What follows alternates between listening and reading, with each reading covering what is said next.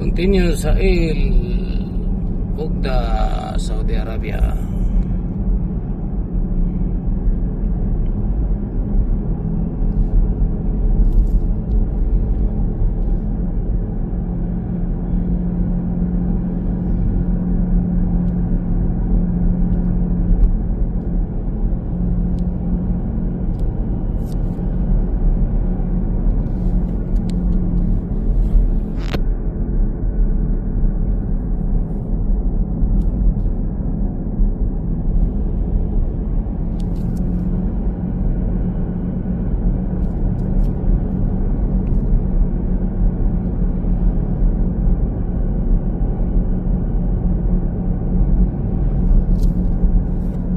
Grabe yung bundok ko, parang may daga doon na kamang-kamang gumapang.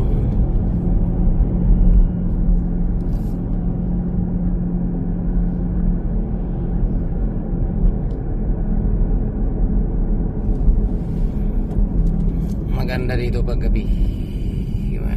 Ilaw kasi, yung ilaw dito sa Saudi Arabia walang limit, yung bahay mo gumamit ng ilaw. Parang ipadir na lang ilaw sa bahay nila. Kasi kuryente.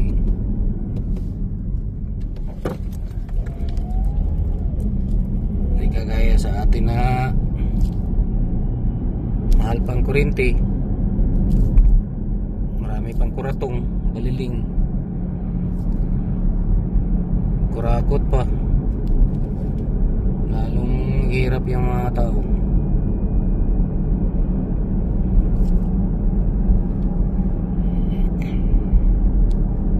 Sa Saudi Arabia, ang ganda ng buhay dito sa mga tao. Kung may mahirap man, talagang makakain ng 3 beses isang araw. Kasi pag dito may 10 real ka lang, wala na. Yung mga tao dito